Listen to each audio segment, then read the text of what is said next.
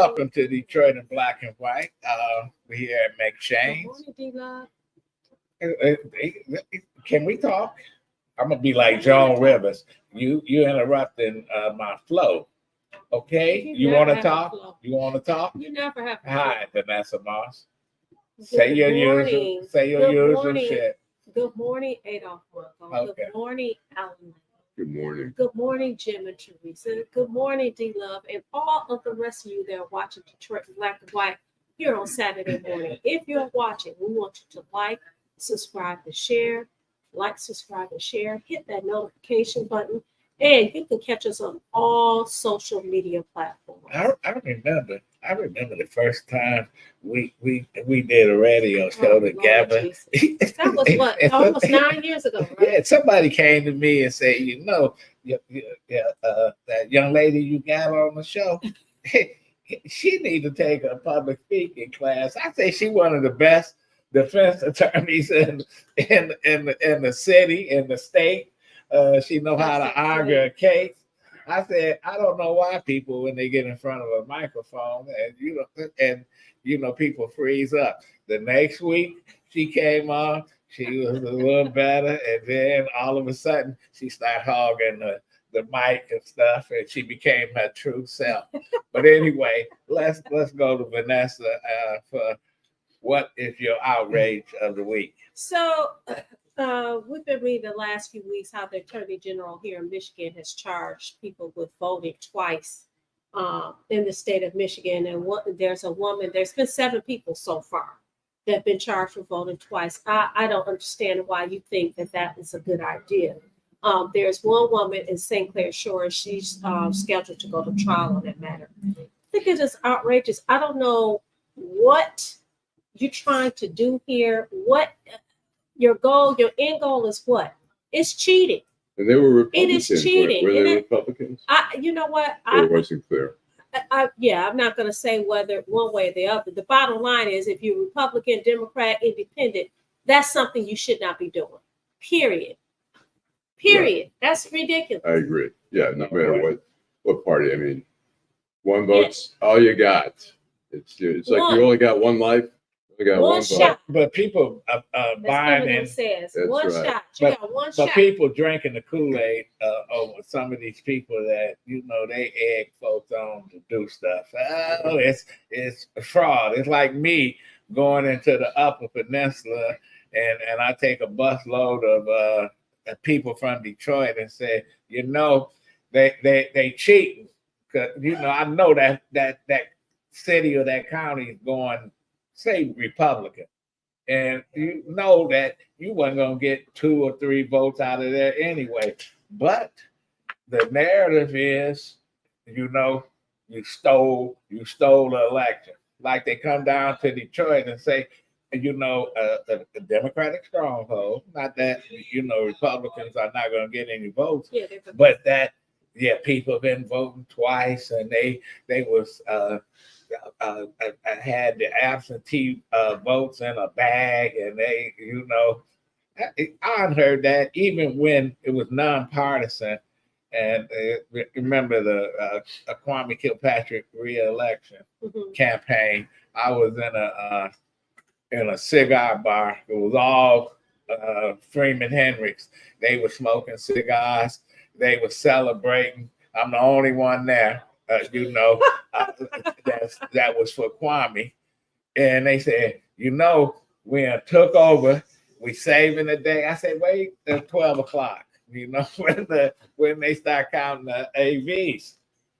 And after they counted the AVs and they was picking up their cell phones, I was the last man standing because, hey, here it is. Well, it's interesting. I mean, during the 2020, when they were counting, tabulating votes at the Huntington Center or whatever it was called back then, and people didn't understand the process, so they see they're using that as a centralized spot to tabulate the votes, and they're bringing them from different precincts. So people are like 3, 4 in the morning. People have no idea of the process. They're like, oh my God, they're bringing in votes. They're loading up. They have no idea, and they're And crying that's what they were saying Yeah. About what happened to the re-election. But you see how things have changed in 4 years. Now you have people charged with voting twice. That is virtually unheard of. I mean, in my adult years, that's virtually unheard of. Because it's becoming it's a campaign. Charged. It's a But the political. world has changed a lot since 2020. I'm sorry, but it hasn't though. But the Republicans are the ones always crying about voter fraud. But in most cases, in most instances that they have found voter fraud, it's involved Republicans. Well, but you can go back. Let's go back to 1960. You well read, Allan. The race was close. The race was close between Nixon and John F. Kennedy. Illinois was a swing state. Right. The Republicans swear that Mayor Richard Daley, the old man, threw thousands of ballots into Lake Michigan. Always been a hanky-panky going back. You stole an election. Andrew Jackson said John Quincy Adams stole the election. It was a bribe. You know what? It hasn't changed. It just got more sophisticated. And, we got the internet and we got all this. We hear it in 10 seconds and we see it. And here we are. My question is, how were you able to go in and vote twice? How does that happen? Because you can do absentee and then you go vote. Right. Yeah. They catch you. It happens. But why would you want to do that, Allan? I found it interesting. I mean, both candidates yesterday were blitzing Detroit and Oakland County and Auburn Hill for president. Okay. I'm sorry, all not right. You, but other candidates. Right. And the other two candidates, and Trump went to Hamtramck, and I find it so interesting. It's like there's kind of a relationship, almost like the fox and the chickens. It's like, and Trump being the fox, he's going to Hamtramck, the Hamtramck mayor, who's a Democrat, but he has conservative social values. He's anti-gay because it's a violation of Islamic law. And so him and Trump are, they're together there. And so he says to Trump yesterday while he's on stage, and he says, the Democrats are trying to tell people that you're going to deport people in our city. And so he says, but a lot of our people are second and third generation immigrants. Well, you're not an immigrant if you're second or third. I mean, I'm the first or second generation. My parents were immigrants. I'm not an immigrant.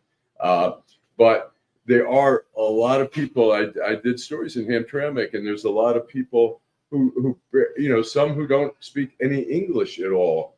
Some Bangladeshi, some Yemeni, which is fine, but they are not citizens, and they are going to get deported if there's any violation. If they have a speeding ticket or whatever, who knows what it's going to take? But they're going to try to get rid of them. And Trump laughed.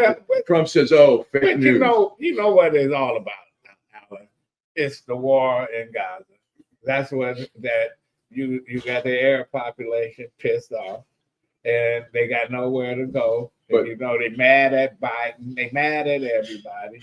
And what are you gonna do? But Trump, the ironic thing is that Trump would give a true green light to Netanyahu to whatever you want to do. You want to go in and obliterate Iran. You want to go in and finish off Hezbollah, whatever. So I'm kind of confused, and I think some in their opinion, but some are trying to send a message. Like Rashida Tlaib is sending a message. We want to have some influence. Sure, influence. They want a political influence, but I think that Trump would do so much worse. It's like Trump came here last night and brought Tommy Hearns and with the rapper Trick I never heard of him. Oh, Trick was they get on stage and stuff. I guess we're supposed to be impressed. Tommy Hearns, he has been hit too many times in the ring. Trick is he is who he is, and I said this before. one thing that Donald Trump has done that people gravitate towards, like rappers and athletes. He was one of those entertainment folks back in the 80s, the 90s. He wanted to be an owner of a football team. So he built up relationships and the hired macho, folks the to- macho yeah. But thing. he's Right? also let's be clear. He's paying a lot of these people. Let's be very, Yeah, very clear. listen, that's He's what they paying- want to do. And so I don't. Yeah. I'm just saying, setting the record straight. They're paying. So I mean, Listen, when Jesse Owens came back from the Olympics in '36, the story was when they had a parade in New York City. He claimed that somebody threw a brown paper bag filled $10,000. Because at that time athletes they wasn't making any money. Right. But you come find out later that the Republican Party, Alf Landon, who was the governor of Kansas and running against Roosevelt, paid Jesse Owens to campaign for him because Jesse Owens said Roosevelt invited all these athletes from the Olympics except the African Americans and the Jewish athletes, and Alf Landon invited them to Kansas. Right. So, but he couldn't say he was getting paid. But people always been what? Yeah. They get Well, I mean, paid. it's just. Does it make a difference? All right, well, that's That the was- question. Is, Are people gonna vote for Trump because Tommy Hearns get up there and shadow box? I don't think so, but I think one of the appeals, like some of the rappers and stuff like that, are that they like the machismo kind of trash talk. that They Trump full of does. shit. Yeah. They like what they like. It's like this. Snoop Doggy Dogg or whatever he called himself. Been on trial twice for murder and everything else. And I see him on TV. He rehabilitated himself. Him and Martha Stewart. Oh man. Murder was the So- case that they gave me. Well, it is what it is. Yeah, but But it's it's interesting. like he's saying weird. Muhammad Ali. If Muhammad Ali didn't have Parkinson's and was not brain damaged, listen, he'd still be a hated man. I used to hate to see him come out there. He can't move. He didn't know where he was. Are you implying that Tommy Mr. Hearns. Hearns does not know where he is? If you That he think has- Tommy Hearns can convince me to vote for No, I'm not asking you that. I remember Once he puts up his dukes. Right. I remember he went to somebody was running for judge a few years back, and he used Tommy. I should say used. What's his name? He Tommy Hearns. changed his name.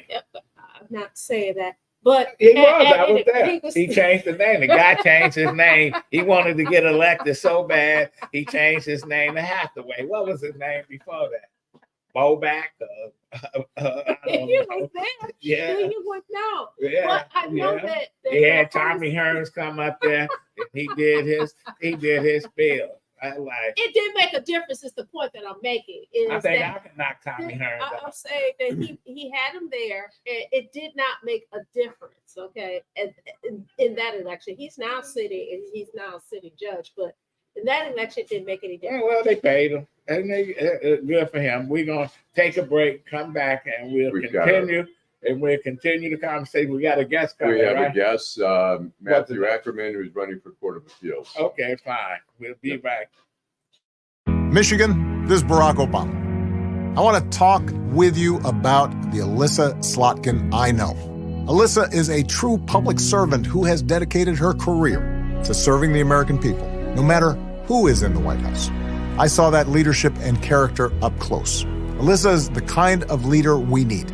Tough, independent, and effective. She'll get the job done. And she will make you proud. I'm Alyssa Slotkin, and I approve this message. Hello, Detroit. Election Day is November 5th, but why wait? Beginning Saturday, October 19th, you can vote early at one of Detroit's 14 early vote centers. Early voting runs through Sunday, November 3rd, so let your voice be heard and vote early.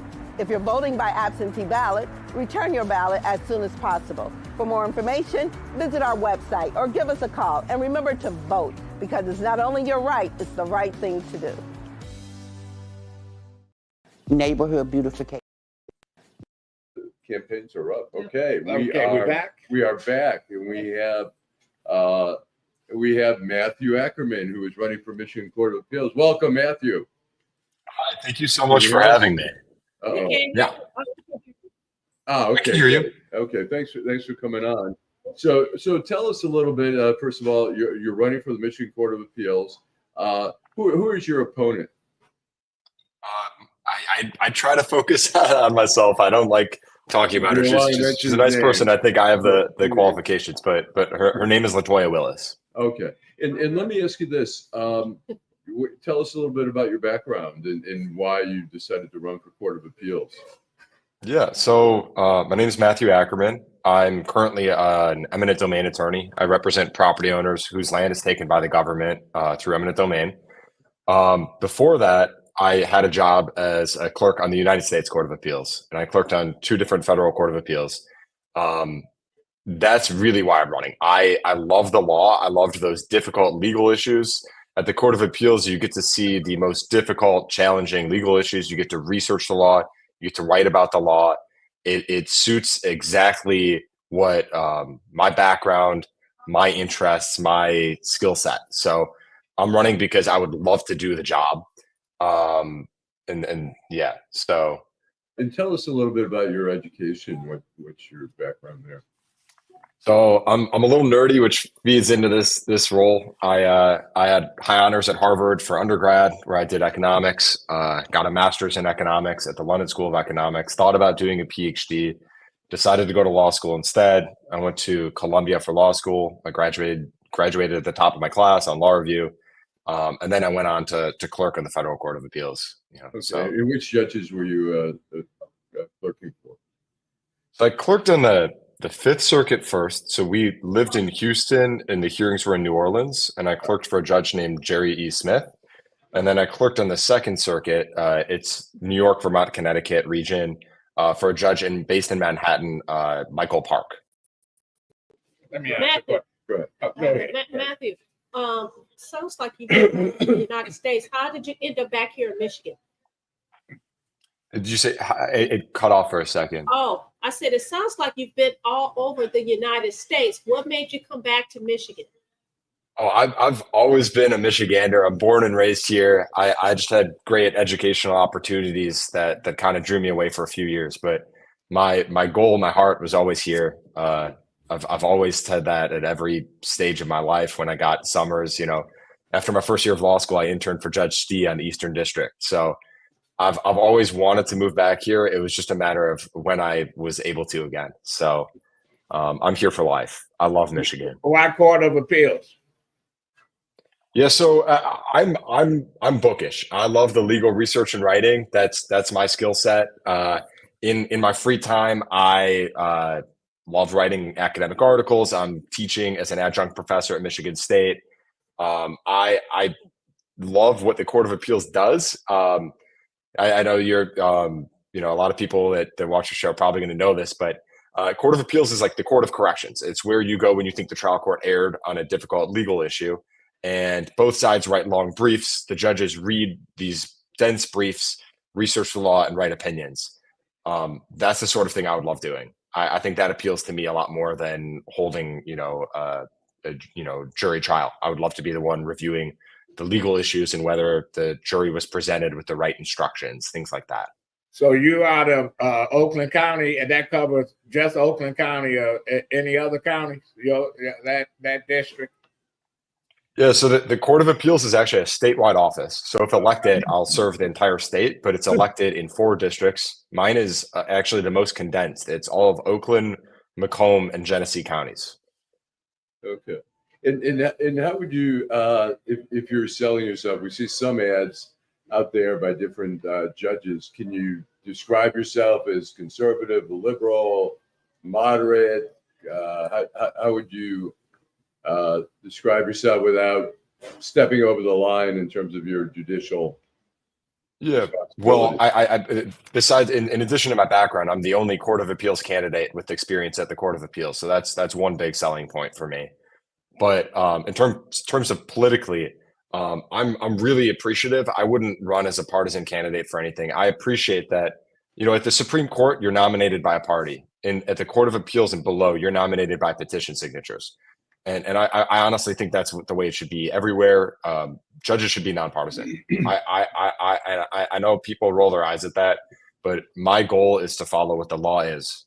So if there's a law that's liberal, there's a law that's conservative, it's my duty to follow what the law is, as long as it's not violating the Constitution. So I'm truly nonpartisan. I don't have a political agenda, and I don't think judges should have a political agenda. And I'm really passionate about that. I get asked all the time by people that just want an answer one way or the other, and I'd rather not get their vote than give an answer that's disingenuous, because I really believe that.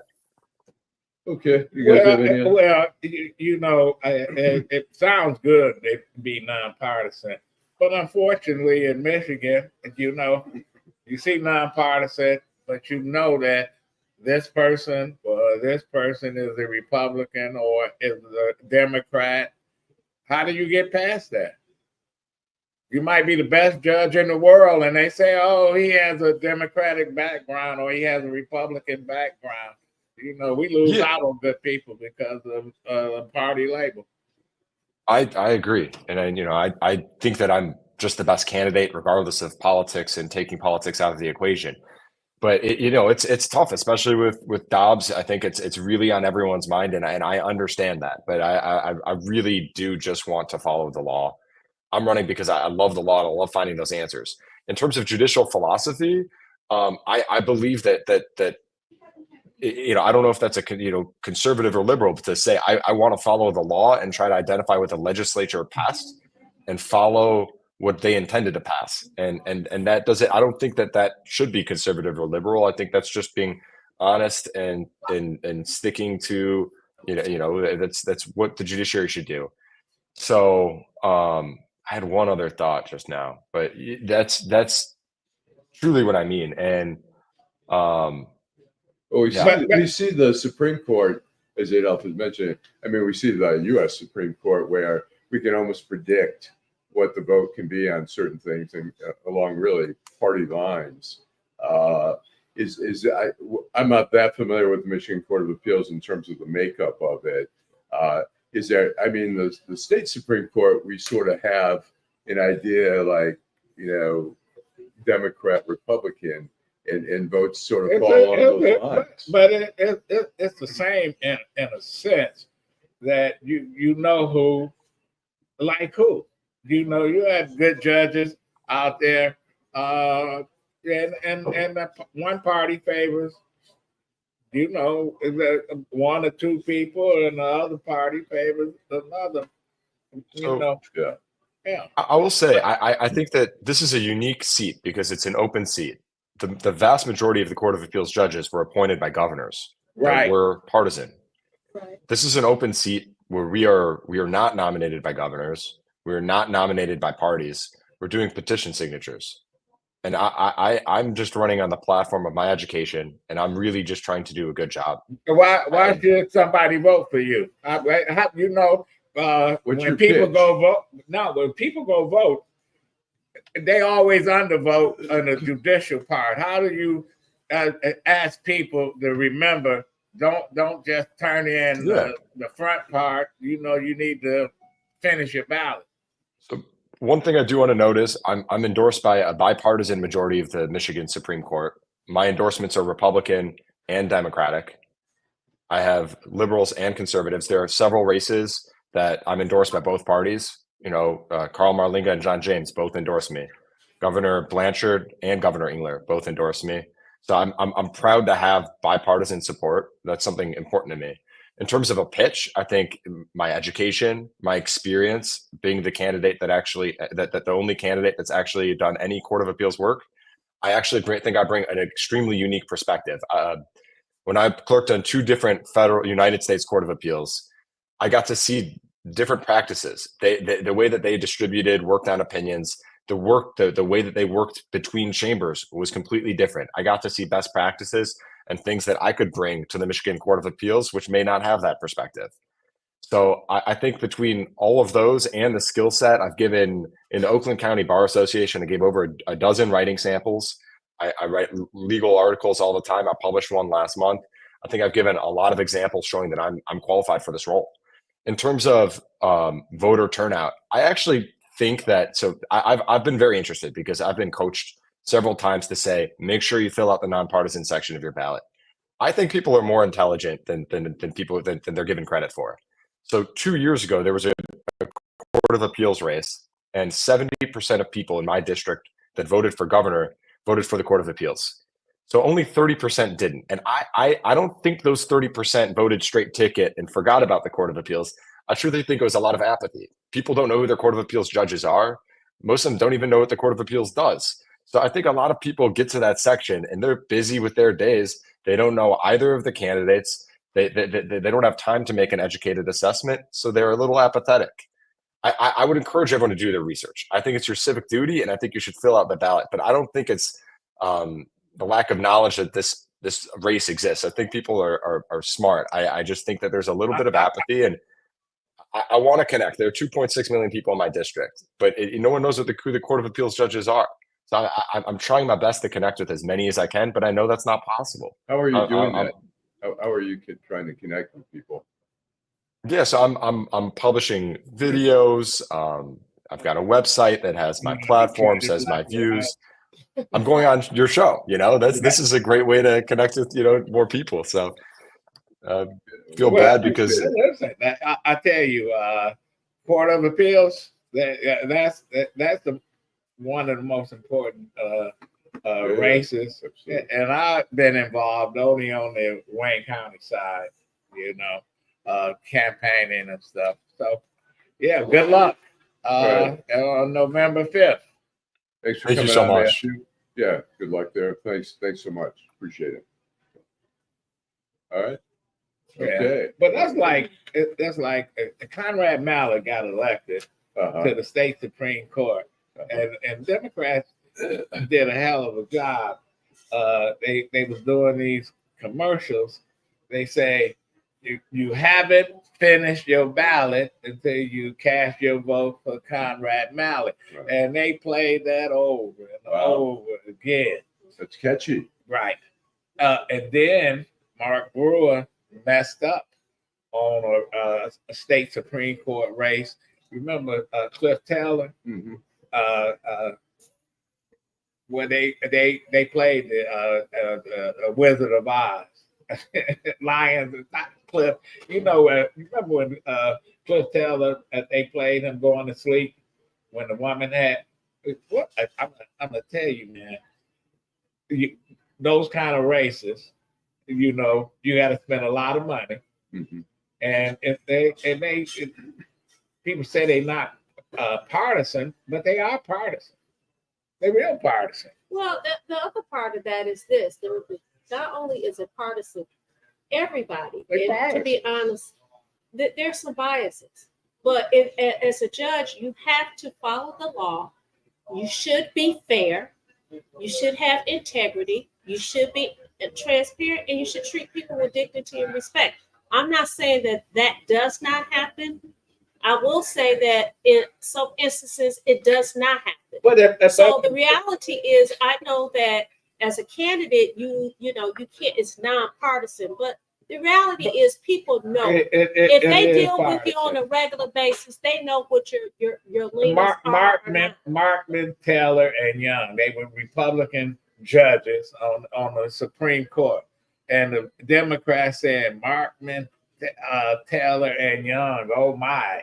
And they played that, and Republicans got 15% of the vote out of Detroit because people saw that commercial. I'm saying, people say, "Oh, this is nonpartisan." All that shit is partisan. You go to the convention, they control who's running for the state Supreme Court, the state board of education, but yet they tell you it's nonpartisan. Why don't it just be what it is? It's partisan, You get nominated as a Republican or Democrat or a Green Party or the Know Nothing Party or whatever party. But the reality is, I don't know if it was you that was talking earlier today about somebody. It sounds like the person, you said the person is, you say he, I think you talk about the mayor in Tranmere. Yeah. You say he's a Democrat, but he has some conservative views. And to me, that whole thing about putting people in a box is a problem. So I get why it would be nonpartisan, because it depends on what the issue. It depends on the day of the week. You may be conservative in some views, some things that you may agree with the person that's the conservative candidate, but there's some other things that you may agree with that's the You should look at Iowa, a way Iowa pick judges and get rid of judges and stuff. You know, they get appointed, but you can vote them out or whatever. It varies by state by state. We're going to take a break. We're going to come back, continue the conversation. We got Jason Roe, Republican strategist, coming on at 10:45, and we'll continue the conversation. Detroit at Black and White. Hi, I'm Eric Sabri, your Wayne County Treasurer. If you're living in a home of a deceased family member and you're facing property tax foreclosure, the probate process can be helpful to you. If you file a probate petition and notify our office, the foreclosure proceedings will be halted during the probate process. Contact us at 313-224-5990 or email us at taxinfo@waynecounty.com. We're here to help.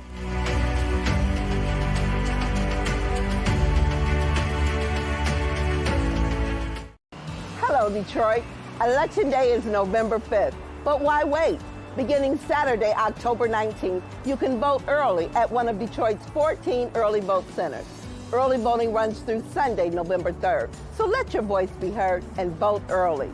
If you're voting by absentee ballot, return your ballot as soon as possible. For more information, visit our website or give us a call. And remember to vote, because it's not only your right, it's the right thing to do. Neighborhood beautification. That's very important to Detroit. It's very important to block clubs, organizations, and people who live in the community. We got started with 2 lots and a vision of a treehouse center. Because if we can take these blighted lots, Detroit give us grants to be able to do something with them that the community wants, it's a plus, because we're bringing our neighborhoods back to where we want them to be, where they should be. All because I live in Detroit. Okay, welcome back to Detroit in Black and White. I'm Adolph Mongo, Vanessa Moss, Allan Lengel. Listen, if you're watching Detroit in Black and White, like, subscribe, and share. Hit that notification button. You can catch us on all platforms. If you missed any of the episodes, you can always go on DetroitInBlackandWhite.com. We want to acknowledge those people who are participating on the show. If it weren't for you, we wouldn't be here. So we fired up. We're going to acknowledge some of the people, and we're going to answer or respond to some of the comments. Allan, you want to take one? Here's, I don't know. Judges should be unbiased and law bound. I mean, we'll take that first by Marlon Holt. Look, they call them opinions for a reason. And how it is that a vote can be 6-3 on the U.S. Supreme Court. I mean, people always say I go by the law, and I think in Matt Ackerman's case, I can believe him more than some of the other judges who say that. Because he's your friend, right? Well, no, he seems like just a straight up guy. But I mean, we've seen the U.S. Supreme Court. I mean, there's such a bias there. I mean, the latest thing about presidential immunity, I think, is one of the most dangerous rulings that they've had. And it's not dangerous if you have a reasonable president in, but if you have somebody who's going to take advantage of that. Allan, those courts been fixed a long time. Go all the way back to John Marshall, the first Chief Justice. They played fast and loose with the law, and it depends on who is the president, who controls the Congress, and here we are. Well, I agree with Marlon that the judges should be unbiased and follow the law. But there are some people that are not unbiased. we're currently inundated with a whole lot of information about a judge that's now facing the Judicial Tenure Commission. I don't know what's happened, but all these accusations of I'm a new racist and all that kind of stuff, that shows that there's a. I mean, you see what her friend brought her down. Her friend. Yeah, the court administrator. Is that a friend or was that a coworker?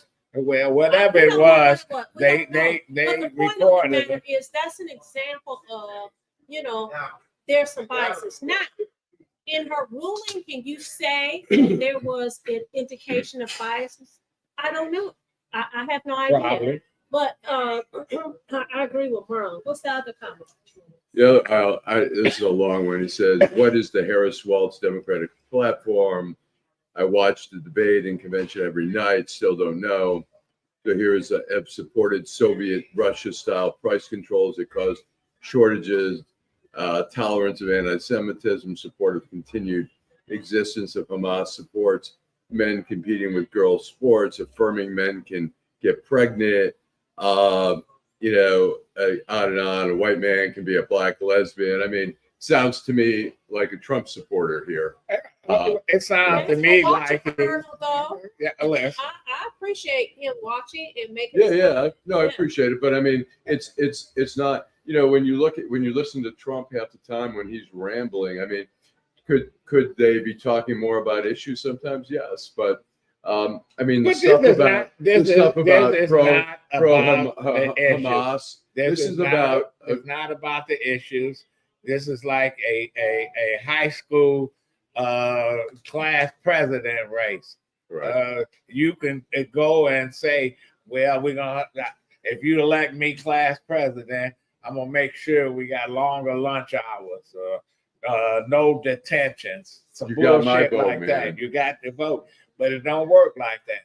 What Harris plan don't have a plan. The plan is to get elected. We know Donald Trump plan. We know Donald Trump plan. Donald Trump plan to get revenge on those who he think wronged him, and he lost the 2020 election. So, I think he's pushing for deporting 11 million illegal immigrants. And he thought that's enough talk. I think he's going to find a way to deport his wife. Well, listen, but the bottom line is, politics is bullshit, and people go along with it. I'm tired of looking at 500 ads. You know what? It's like, do they persuade you? Do they make you want to go out and vote for that person? Well, I want to go back to Arnold. He said that he watched the debate and the convention every night. Then he should know whether there's a platform or not. I mean, I'm going to ask you, what is it? But I know what he's talking about. I know what he's talking about. Are you talking about? I mean, look. I mean, she's talked about giving first-time home buyers. Talking about trying to price gouging. Look, we have laws in Michigan about price gouging. There's always during catastrophes, there are places that start gouging prices, and those have been enforced. And if there's ways, look, the grocery stores have made record profits. Can they get away with that? I don't know. But that reminds me of the time during the pandemic. I went to Kroger, and people was waiting on them to bring out some ground turkey. They was like fighting over it. This woman was there. She was complaining at Kroger. They was buying up everything. When was this though? During the pandemic. Okay. This one woman was complaining that there was no meat left here and there was nothing left here. And when they brought the meat out, she tried to take it off. And said, it turned people against each other. The guy said, "Ma'am, you can't." She grabbed both the buggies. So it's like, you can't do that. You can't do that. Here we are. We're gonna pick a president. It either gonna be Donald Trump is gonna be the second former president in American history to win, lose, and win. Or Who was Harris, first? Grover Cleveland. Okay. And Harris is going to be the very first female president. Right. And so whatever is going to be history making on November 6th. Yeah, it's half the country going to be happy, half the country going to be mad. Yep. Half. I don't know if it's going to be happy because there's going to be a great portion who don't give a care one way or another. Well, it's not going to change. Participate. Is your life going to change? No. Unless somebody knock on the door and it's Stephen Miller in a brown shirt uniform and say, "Show me your papers." You know, yeah. I think we're going to have. I mean, I think the tone of the country there's going to be. I mean, look, I think Donald Trump has made it pretty clear. There's a lot of people he doesn't like. He said, I mean, the viciousness of some of the stuff that he says about people, you know, ethnic groups, that he says about his opponent. I mean, name calling and denigrating people. I think we're going to see that's a tone set, and that's a tone set for the world, because the world looks to the United States, the Western, you know, the United States. If you go around the country, I mean, you'll see people, you know, in different countries wearing whatever Chicago Bulls hats and Nike shirts and stuff like that. America is imprinted on, its footprints are all over the world. You know, I saw in Gaza, there was a, you know, funeral for, you know, there's a guy with the New York Yankees cap on, you know. I mean, America has a far reach in that kind of, you know, like uncivility, whatever the word is spread out when Trump sets a tone. And that's why we have more fascism in the world, because people see this very kind of fascist guy, and he's, you know, it's my biased opinion. Well, maybe we need to get your Trump on. You know, right. Karen Whiston said, and good morning, Karen. Thanks for watching. She said that's a good one. And Marlon says, look, we should have a call in. So that means that they want to call in and have a talk. We did, you know what? We looked into it. Phone. Yeah, I mean, we looked into it, and it was really difficult to have mass call. I mean, we could have one call, and we tried it. There's not. I mean, I'll give you Allan's number. You call in without setting up an elaborate system. We looked into that, and we would love to have call-ins. So we hope. I mean, the second best thing is the comment section, which is not as good. When we were at 9:10 a.m., it was great having people call in. I know. But there still is a possibility for us to have a call in. We just have to buy the equipment. But we'll talk about that offline. But I think it can make a difference. And we still have a number. It's just that you would have to, with that number, if they call, we would have to use our phone. And, you know, we could just put our phone up to the mic so people can hear. I think it looks tacky, but we can get some equipment. Karen says that this will make the second time a black person gets arranged with a blazing war and an unimaginable debt. I think, I mean, Obama took over. The economy was really on the border of a depression. It was really sort of a depression when he took over. There have been ongoing wars in Afghanistan and Iraq. We do have wars right now, but, you know, Trump and Nikki Haley brought this up during a campaign. Trump ran up the biggest debt, I think, ever. Well, he's trying to get Nikki Haley to join his team. Pissed, and I don't think she wants to really jump in there. Well, she wants for 2028. She wants to make sure she has the MAGA support, but she doesn't. Look, she's trashed Donald Trump so much. I don't know how you really get out there and promote him. Ted Cruz, all of them, the same people he trashed. Well, but anyway, we're gonna take a break and we're gonna come back. Hopefully, we got Jason Roe. He's not on yet, but we'll come back and continue the conversation. Detroit in black and white. I'm Adolph Mongo, Allan, Lengel, Vanessa Moss. Michigan, this is Barack Obama. I want to talk with you about the Alyssa Slotkin I know. Alyssa is a true public servant who has dedicated her career to serving the American people, no matter who is in the White House. I saw that leadership and character up close. Alyssa is the kind of leader we need. Tough, independent, and effective. She'll get the job done. And she will make you proud. I'm Melissa Slotkin, and I approve this message. Hello, Detroit. Election Day is November 5th, but why wait? Beginning Saturday, October 19th, you can vote early at one of Detroit's 14 early vote centers. Early voting runs through Sunday, November 3rd, so let your voice be heard and vote early. If you're voting by absentee ballot, return your ballot as soon as possible. For more information, visit our website or give us a call. And remember to vote, because it's not only your right, it's the right thing to do. Hi, I'm Vanessa Moss. I have over 4,000 signatures that say I should sit on the bench at 36th District Court. But the bureaucrats had me kicked off the ballot because they don't want you to elect someone who stands for fair and equal justice. And as a defense attorney, I've experienced injustice firsthand. Join the movement. Write in Vanessa Moss. Write in Vanessa Moss for 36th District Court. Remember, Vanessa Moss. All right. Okay. We are back. Do we have Jason Roe? No Roe. He said Don't keep go with freezing. Roe. He says keep We freezing. have Marlon. No, we have Marlon. What is Marlon? The world wants Trump.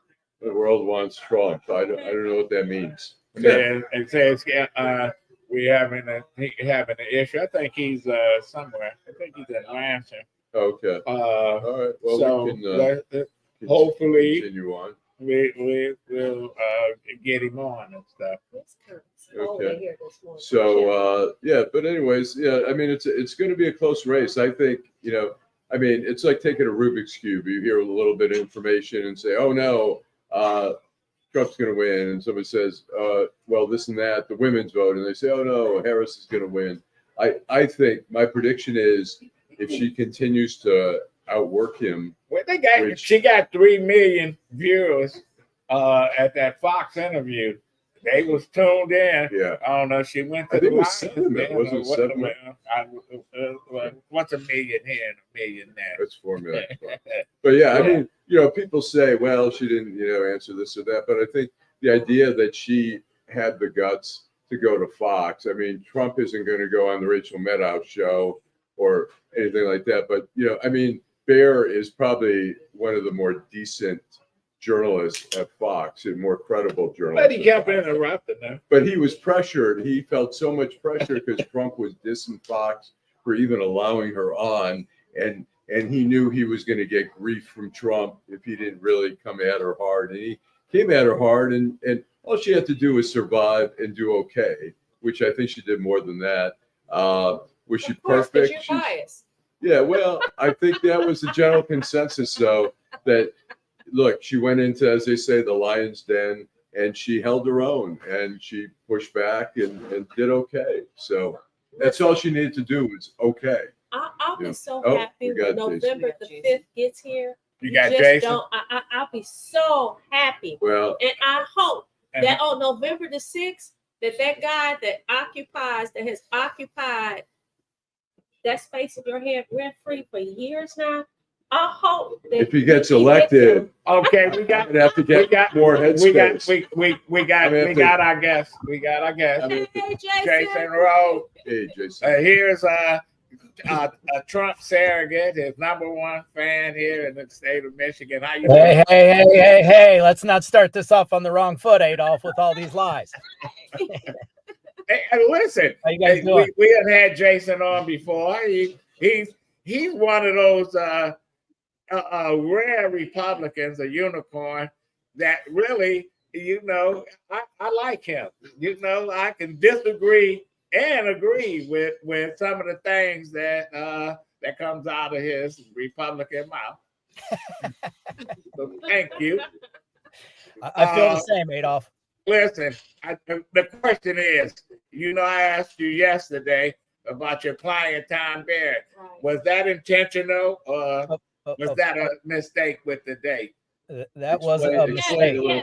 Some people may not know what you're talking about, Adolph. So explain what happened. Explain, Adolph. Well, the campaign took an ad out in a African American publication up in Ingham County.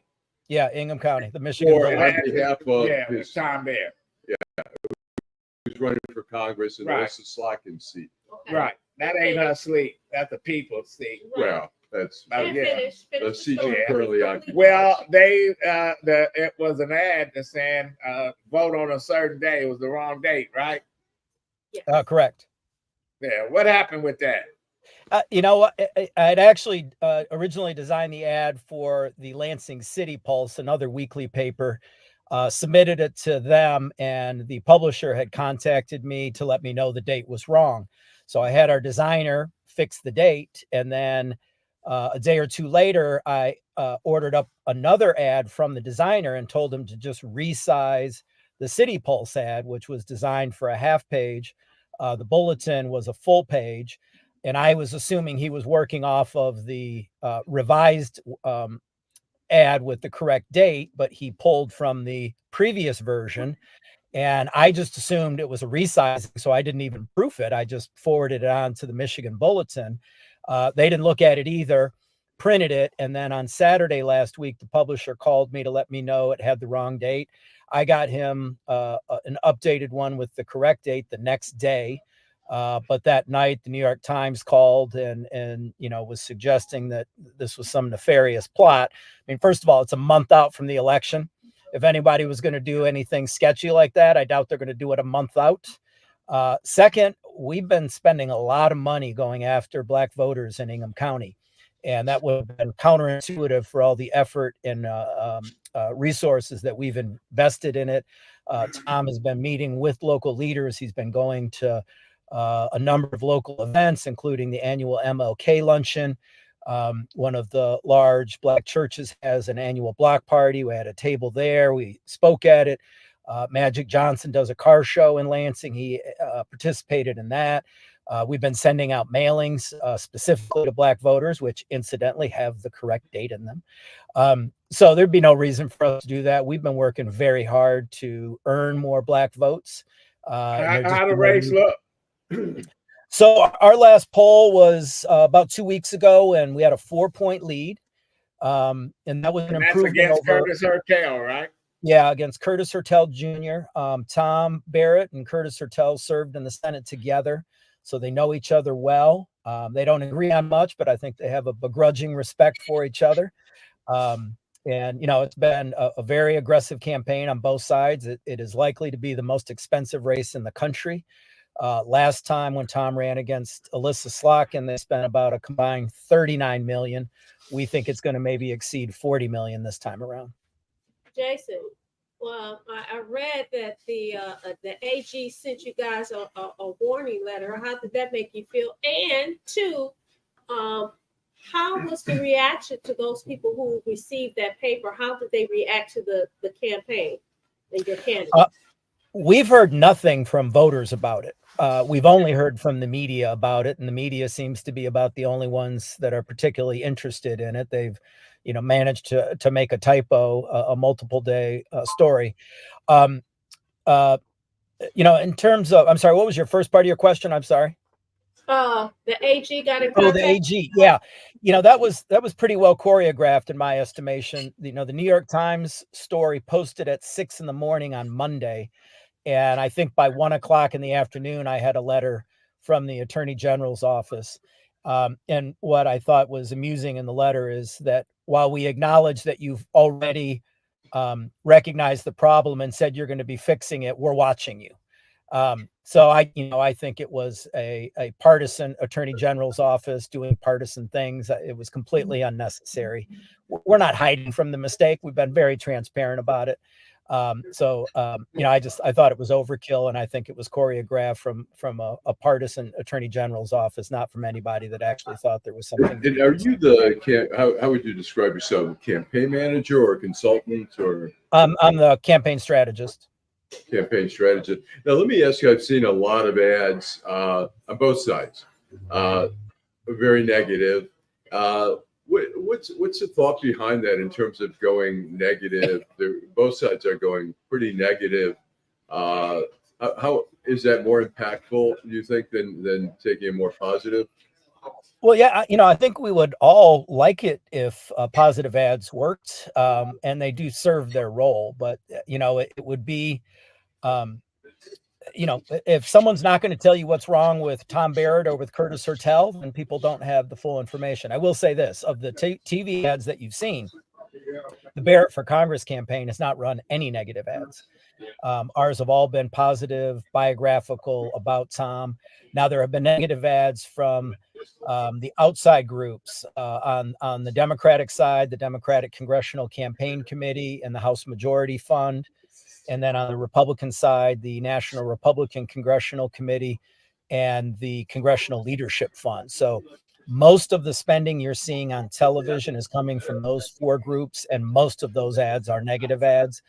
Curtis has run some negative ads on his side. We have not run any negative ads. People like negative ads. Yeah, they seem to be effective. Well, let me ask you, how does that work in terms of a PAC? You say, okay, this isn't us, that's a PAC, and they're running. Do you guys approve those ads? Do they run them by you? Or they no, there's actually a firewall. We cannot communicate at all. And the firewall kicks in around April or so. So we'll talk to those groups early on and give them kind of an idea of what our plans are. But, so far out, those plans obviously will change. And I'll tell you how severe that firewall is. When the Congressional Leadership Fund first started running ads, I was sitting in the office and I was watching television through an app. And on one of the commercial breaks, I saw the exact same ad 4 times back to back to back. And, I wanted the Congressional Leadership Fund to know that they're wasting money on multiple back-to-back ads. So I called our campaign attorney to ask him if I can relay this information to them. And he said, no, you cannot. You can no more tell them what you want them to do than you can tell them what you don't want them to do. And so even though this is an error that is in public and somebody else will probably tell them, it would have been coordination for me as a campaign agent to notify them that they were running multiple ads in the same commercial breaks. Your take on who's going to win Michigan?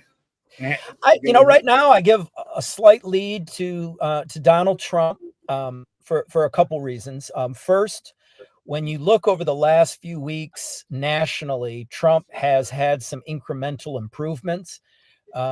Adolph, as you know, as we discussed yesterday, in the 7 battleground states, Trump now has a narrow lead in the Real Clear Politics average of polls, all 7 of them. Now, his largest lead is 1 percentage point. His smallest lead is 1/10 of 1 percentage point. So it's all margin of error. It's effectively tied. But a couple weeks ago, Harris was leading in most of those. You can see it's very incremental, but it is movement towards Trump. I also think that, in Michigan, I think is unique because of the large Muslim population. When you look at Joe Biden won by 150,000 votes, there's probably about 100,000 Muslim voters. They are not going to turn out at the same rate that they have in the past.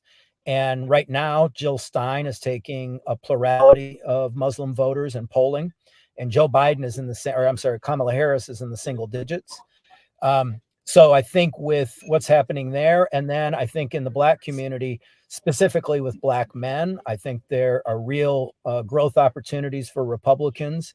And you can see Donald Trump spending a lot of time in large Black cities, not just in Michigan, but around the country, actively going after the Black vote. And you see down ballot Republican candidates going after the Black vote. So I think there's some realignment happening within the 2 parties coalitions. And I think as of right now, it looks like Trump is benefiting from that realignment. What do you make? I see a lot. I mean, Kamala Harris has sort of a mix and negative, but actually hers are still more positive ads. Trump's are almost 98% negative, very negative. Kamala Harris is transgender, this and this and that. Do you think that's been more effective in Michigan? Well, I think it's a reflection of where the race is. I mean, when you think about the summer that we just all lived through with that June 27th debate, a couple assassination attempts, swapping out a party nominee after, of a sitting president. I mean, these are pretty extraordinary dynamics in one race and in just a couple months period. And the race did not fundamentally change. I mean, Harris got a bump around her convention in those weeks after, but it settled back down, and the race has been a margin of error race almost from the very beginning. And what that says to me is those people that say they're undecided are not undecided about Donald Trump. There's no new information we're going to learn about Donald Trump, whether it's good or bad, that is going to change anyone's impression of him. I think those people that consider themselves undecided are undecided on Kamala Harris, and they're trying to decide if she deserves their vote. I don't think she's closing that deal, but I say all that to say, if I'm the Trump campaign, I'm not going to spend time trying to build up Donald Trump because it's not going to matter. I'm going to spend time making sure that people don't find Kamala Harris that acceptable alternative. And then for Kamala Harris, same thing. No new negative information is going to change your view on Trump. She's got to build up her image. So the people love negative. I can tell you they do, and they remember them. They don't remember the feel good ad. I saw the Hertel ad that whether he become a farmer now, running around. Who cares? You know, those kind of ads don't work. They won't. Hey, Jason, thanks, man. Thanks guys. Thanks for having me. I wish I was there at that Bloody Mary bar with you. I was disappointed. I know the last time we had to carry you out of here, man. Well, Jason Roe, Republican strategist. We're going to have him on after the election. And, you know, he's Nostradamus, but, you know, Nostradamus has been dead a long time. So, all right, guys. Thanks, Go Green. Thanks very much. Final thought, Allan. Final thoughts. I'm just going to say I'll go to the simplest. Go Lions. The Lions are playing the Minnesota Vikings tomorrow without Aiden Hutchinson. So we'll see what kind of adjustments they make. But okay. Early voting starts today in Detroit. So if you want to go vote, Go in you today. can go in today and vote. When you vote, go to the non-incumbent section, 36th District Court, regular term, write in Vanessa Moss, MOSS for 36th District Court. Yeah. Waterbed Gallery put Tommy Hearns on his back. Listen, I'm just amused, Allan. You asking about the negative ads and all the. This has been one crazy election, and we got what 10 days, 15 days, whatever. It's gonna get worse. I want to thank Jason Roe, your guy. Matthew Ackerman, Court of Appeals candidate. Jim Nardone.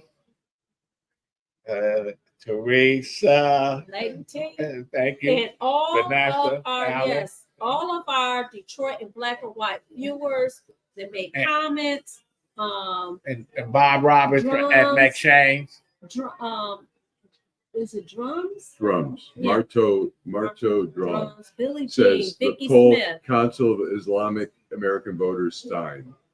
Marlon Holt, Okay.